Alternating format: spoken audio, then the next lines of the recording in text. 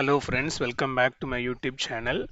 நம்மளுடைய சேனலில் மார்க்கெட் ஃபிக்ஸிங்க்கு முன்னாடியே தங்கம் விலை அதிகரிக்குமா குறையுமா என்ன ரேஞ்சில் இருக்கும் அப்படின்ற ஒரு ப்ரிடிக்ஷன் இன்ஃபர்மேஷன் கொடுப்போம். அந்த இன்ஃபர்மேஷன் உங்களுக்கு வேணும் என்றால் இப்பொழுதே மறக்காம என்னோட யூடியூப் சேனல் சப்ஸ்கிரைப் பண்ணி பக்கத்தில் இருக்கிற பெல் ஐக்கன் ப்ரெஸ் பண்ணிக்கோங்க.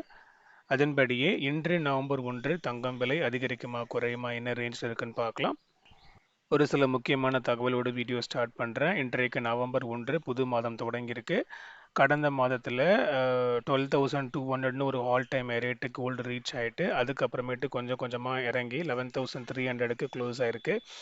இதில் நம்ம என்ன கவனிக்கணும்னு நீங்கள் பார்த்தீங்கன்னா, அக்டோபர் 1 வந்து 1 கிராம் 22 கேரட் ஆபரண தங்கத்தின் விலை 10,765ன்னு ஸ்டார்ட் ஆகி தான் அக்டோபர் 31க்கு 11,300க்கு ட்ராப் ஆயிருக்கு. ஸோ கிட்டத்தட்ட வந்து ஒரு ஒரு 500-600 கிட்ட இன்க்ரீஸ் ஆயிருக்கு ஒரு கிராமுக்கு. ஸோ இது வந்து இப்போ ஏறினதுலேருந்து தான் இறங்கியிருக்கே தவிர அது வந்து பெரிய ரொம்பவும் வந்து இறக்கத்தில் போன மாதிரி எனக்கு தெரியல. ஸோ 10,765லேருந்து 12,200க்கு போயிட்டு அதுக்கப்புறம் 11,300 இருக்குது 300க்கு இருக்குது. ஸோ ஒரு ஆவரேஜாக பார்த்தோம்னாலே ஆல்ரெடி வந்து லாஸ்ட் மந்த் வந்து அது இன்க்ரீஸில் தான் முடிஞ்சிருக்கு. அண்ட் போன வீடியோவில் வந்து அந்த ஃபெட் ரேட் கட் பற்றி நான் பேசியிருப்பேன். ஸோ ஃபெட் ரேட் கட் வந்து 0.25 வந்து அவங்க போட்டிருக்காங்க. அடுத்த ரேட் கட் வந்து டிசம்பரில் எக்ஸ்பெக்ட் பண்ணுறாங்க. ஸோ அதுலேயுமே வந்து 50% என்ன சொல்கிறாங்கன்னா ஃபெட் ரேட் கட் திரும்ப போகிறதுக்கான வாய்ப்புகள் என்னன்னு சொல்கிறாங்க. இன்னும் 50%ல் வந்து போடுறதுக்கான வாய்ப்புகள் இருக்குன்னு சொல்கிறாங்க. ஸோ பொறுத்திருந்து பார்ப்போம். அடுத்ததாக ட்ரம்ப்புக்கும் சைனாக்கும் நடந்த அந்த பீஸ் டாக்ஸு. ஸோ வந்து அவங்க ஒரு பீஸ் டாக் நடத்தி சைனாக்கு உண்டான டேரிஃபை வந்து 10% வந்து குறைச்சிருக்கேன் அப்படின்னு சொல்லி ட்ரம்ப் சொல்லியிருக்காரு. ஸோ இது வந்து ஒரு பேச்சுவார்த்தையாக இருக்குது. அக்ரிமெண்ட்டில் அவங்க சைன் பண்ணலை. ஸோ அது எவ்வளோ சீக்கிரத்தில் நடக்குதுன்னு நம்ம பொறுத்திருந்து பார்ப்போம். ஸோ இந்த ஒரு நல்ல விஷயம் வந்து நடக்கிறதுக்குள்ளே அடுத்து என்ன ஒரு ஒரு செய்தி வந்திருக்குன்னு பார்த்தீங்க அப்படின்னா, ட்ரம்ப் வந்து வெனிசுலா மேலே வந்து இராணுவ தாக்குதல் நடக்க போகிறதா வந்து ஒரு செய்தி வந்து பரவியிருக்கு. ஸோ இது வந்து அவங்களுடைய நாட்டில் உள்ள நியூஸ் பேப்பர்ஸில் வந்து பரவி இருந்தாலும் ட்ரம்ப் வந்து இல்லை, நான் அதற்கான பிளான் நான் பண்ணலைன்ற மாதிரி அவர் சொல்லியிருக்காரு. ஸோ இந்த மாதிரி வந்து மார்க்கெட்டில் அடுத்தடுத்து ஒரு புது புது இன்ஃபர்மேஷன் வரும்போது தான் வந்து பார்த்தீங்கன்னா மார்க்கெட் வந்து அப்படியே கொஞ்சம் வந்து பரபரப்பாக ஆகிறதுக்கு ஆரம்பிக்கும். அதுதான் வந்து கோல்டு அப் அண்ட் டவுன் வந்து சேஞ்ச் ஆகிட்டு இருக்கும். ஸோ வந்து இது வந்து எந்த லெவலுக்கு உண்மை, மேபி அவர் திரும்ப இறங்கி பிரச்சனை பண்ணுவாரா இல்லை இல்லையான்றது நம்ம அடுத்து வெயிட் பண்ணி தான் நம்ம பார்க்கணும். அண்ட் ஒரு சில பீப்புள் வந்து என்கிட்ட 9 கேரட் கோல்டு பற்றி நீங்கள் சொல்லுங்கன்ற மாதிரி சொல்கிறாங்க. ஸோ நான் ஒரு ஜென்ரிக்காக ஒரு இன்ஃபர்மேஷன் மட்டும் நான் கொடுக்குறேன். பட் முடிவை நீங்கள் தான் எடுக்கணும். ஸோ 9 கேரட் கோல்டு வந்து பார்த்தீங்கன்னா 22 கேரட் கோல்டு ரேட் ரொம்ப அதிகமாக போன காரணத்தினால வந்து அது வந்து இப்போ நிறைய பேர் வந்து வாங்க ஆரம்பிச்சிருக்காங்க. பட் ஆனால் இதில் வந்து அட்வான்டேஜஸும் இருக்குது, டிஸ்அட்வான்டேஜஸும் இருக்குது. ஸோ வந்து நான் சொல்கிறேன்.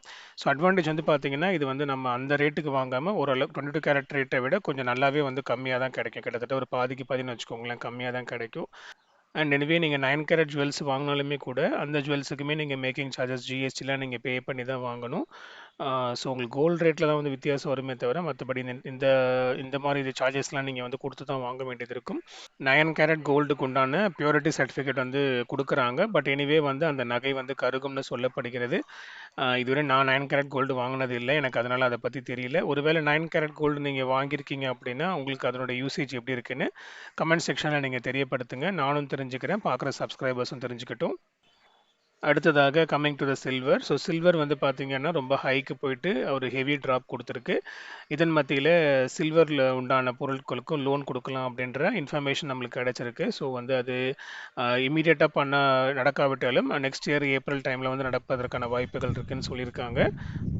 So coming to the subject, முந்தா நேற்று நைட்டு போட்ட வீடியோலையும் நேற்று காலையில் போட்ட வீடியோலையும் நேற்றைக்கான தங்கம் விலையில் பெரிய அளவில் மாற்றம் இருக்க வாய்ப்பில்லை. ஒரு சிறு ப்ளஸ் ஆர் -60 இருக்கலாம். அவர் வந்து ரேட்டு சேஞ்சஸ் இல்லாமல் பழைய ரேட்டுக்கு இருக்கலாம்னு சொல்லியிருந்தேன். அதே போல் நேற்று அக்டோபர் 31 தங்கம் விலையில் பெரிய அளவில் மாற்றம் இல்லாமல் பழைய விலையான 11,300க்கே சந்தைப்படுத்தப்பட்டுள்ளது. இதன் மத்தியில் இன்று நவம்பர் 1 தங்கம் விலையில் பெரிய அளவில் மாற்றம் இருக்க வாய்ப்பில்லை. ஸோ மேக்ஸிமம் வந்து பார்த்தீங்கன்னா 11,350க்குள்ளே க்ளோஸ் ஆகிறதுக்கான வாய்ப்புகள் இருக்குது. இன்றைக்கு மத்தியானத்துக்கு மேலே தங்கம் விலை மாறுவதற்கான வாய்ப்புகள் ஒரு 80-90% கிடையாது. இருந்தாலும் பொறுத்திருந்து பார்ப்போம். அண்ட் நாளை நவம்பர் 2 தங்கம் விலை மாறுவதற்கான வாய்ப்புகள் இல்லை. அடுத்த நவம்பர் 3 தங்கம் விலை அதிகரிக்குமா குறையுமான்னு அன்னைக்கு ஏர்லி மார்னிங் போடுற வீடியோவில் ப்ரெடிக்ட் பண்ணி போடுவேன்.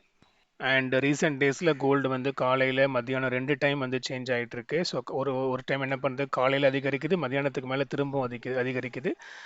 ஒரு சில டைம்ல காலையிலயும் குறையுது, மதியானத்துக்கு மேலயும் குறையுது. ஒரு சில டைம்ல காலையில அதிகரிக்குது, மதியானத்துக்கு மேல குறையுது. இந்த மாரி வந்து ஒரு மார்க்கெட்ல ஒரு ஃப்ளக்சுவேஷன் இருந்துட்டு இருக்கு. ஸோ சப்ஸ்கிரைபர்ஸ் நீங்க கேட்குறீங்க, மதியானத்திலயும் ஒரு வீடியோ போடுங்க அப்படின்னு. பட் ஆனா very, very, very, very sorry. Apologise for that. ஏன்னா மோஸ்ட்டாக மதியான டைமில் வந்து எனக்கு ஆஃபீஸ் ஒர்க்ஸ் அண்ட் பர்சனல் ஒர்க்ஸில் நான் கொஞ்சம் பிஸியாக தான் இருப்பேன். அதனால தான் என்னால் போட முடியல. Sorry for that. ஒருவேளை டைம் கிடச்சிதுன்னா நான் கண்டிப்பாக போடுறேன்.